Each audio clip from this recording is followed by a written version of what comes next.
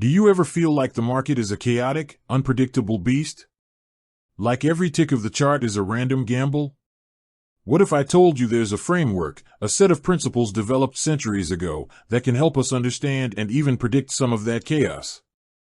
We're not talking about some mystical crystal ball. We're talking about Newton. Yes, Isaac Newton. The guy with the apple, the laws of motion, and a serious knack for understanding the universe. But what does a 17th century physicist have to do with trading the S&P 500 or Bitcoin today? It might sound crazy, but many of the fundamental principles he laid out can be applied directly to short-term trading. We're going to explore how Newton's laws of motion, his law of universal gravitation, and even his lesser-known insights can provide a powerful lens for analyzing market dynamics. We'll be breaking down how to think about momentum, inertia, action-reaction, and even market gravity in a way that can give you a significant edge. This isn't about complex formulas or advanced physics. It's about a new way of thinking, a mental model that can help you see patterns where others see only noise.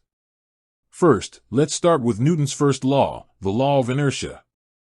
It states that an object in motion stays in motion with the same speed and in the same direction unless acted upon by an unbalanced force. How does this apply to trading? Simple, a trend in motion tends to stay in motion. Think of a strong bullish trend. The price is moving up, the volume is consistent, and the momentum is palpable. This isn't just random luck, it's inertia. The collective will of the buyers is keeping the price moving in a single direction. As a short-term trader, your job is to identify this inertia and ride it. You're not trying to predict the exact peak, you're just looking to get on the train while it's moving. The unbalanced force in the market is what we look for to signal a potential change. This could be a sudden surge in selling volume, a major news event, or a key resistance level that's been respected multiple times. These are the forces that disrupt the inertia. A lot of new traders make the mistake of trying to fight inertia. They see a strong uptrend and think it has to come down soon, and they short it, getting absolutely destroyed in the process. Newton would tell you that's a fool's errand. You don't fight the momentum, you go with it. You look for the signs that the momentum is slowing or being met with an opposing force before you consider a reversal trade. Now, let's move to Newton's second law, force equals mass times acceleration, F equals ma. This is where things get really interesting. In our trading analogy, we can think of force as the buying or selling pressure.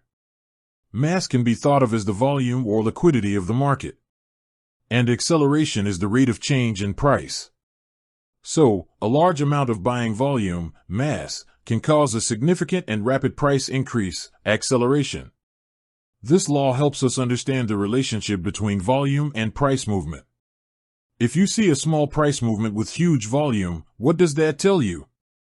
According to Newton's second law, if acceleration is low while mass is high, the force must be low. This suggests a lot of buyers and sellers are meeting in the middle, and there's a strong battle happening. The market is consolidating. But if you see a huge price movement with relatively low volume, that's a different story. High acceleration with low mass means the force is still strong, but there's a lack of market depth. This can be a sign of a weak move, a fake out, or a lack of conviction from market participants. Understanding this relationship helps you gauge the quality of a price move. Is this a powerful, conviction-driven move, or is it just a few participants pushing the price around? Newton's second law gives us a framework to answer that question. And then we have the third law: for every action, there is an equal and opposite reaction. This is one of the most powerful and intuitive concepts for trading. Think of every price movement as an action. When a stock breaks through a key support level with significant selling pressure, that's an action. What's the equal and opposite reaction? A bounce, a retest of the broken level from below, or a consolidation before another leg down. The key is that the market rarely moves in a straight line. Every strong push in one direction is often followed by a corrective move in the opposite direction. This is the principle behind pullbacks and retracements. The market pushes up, action, and then a portion of those profits are taken, reaction, causing a small dip. The key is to distinguish between a healthy reaction and a full-blown reversal.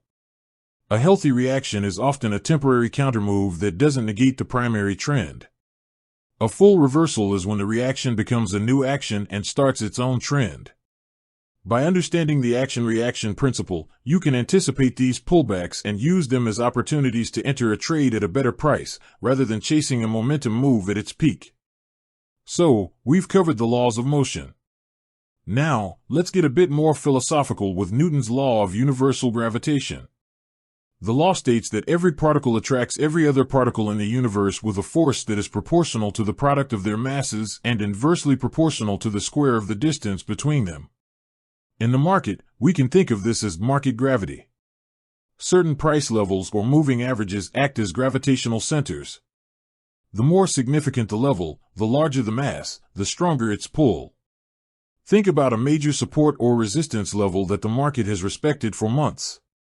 It acts like a gravitational singularity, pulling the price back toward it whenever it moves too far away. The price might break through for a moment, but often, it gets pulled back to retest the level before it can truly move on. Similarly, a 50-period or 200-period moving average can act as a gravitational anchor. When the price gets too far above the moving average, it's often a sign that it's overextended and due for a pullback toward that average. When the price gets too far below it, it's due for a bounce. This isn't a hard and fast rule, but it's a powerful framework for understanding market reversion to the mean. It helps you identify when a move might be overstretched and due for a correction, giving you a chance to take profits or look for a counter-trend setup. But it's not just about the laws. Newton was also a master of observation and a relentless pursuer of patterns. He spent countless hours watching the stars and planets, meticulously charting their movements to understand the underlying principles. We, as traders, must do the same. We need to be students of the market, observing patterns in price action, volume, and indicators. The price chart is our telescope, and the indicators are our tools. We're not just watching random lines, we're looking for the cause and effect, the action and reaction, the momentum and inertia. With that said, thanks for watching and until next time.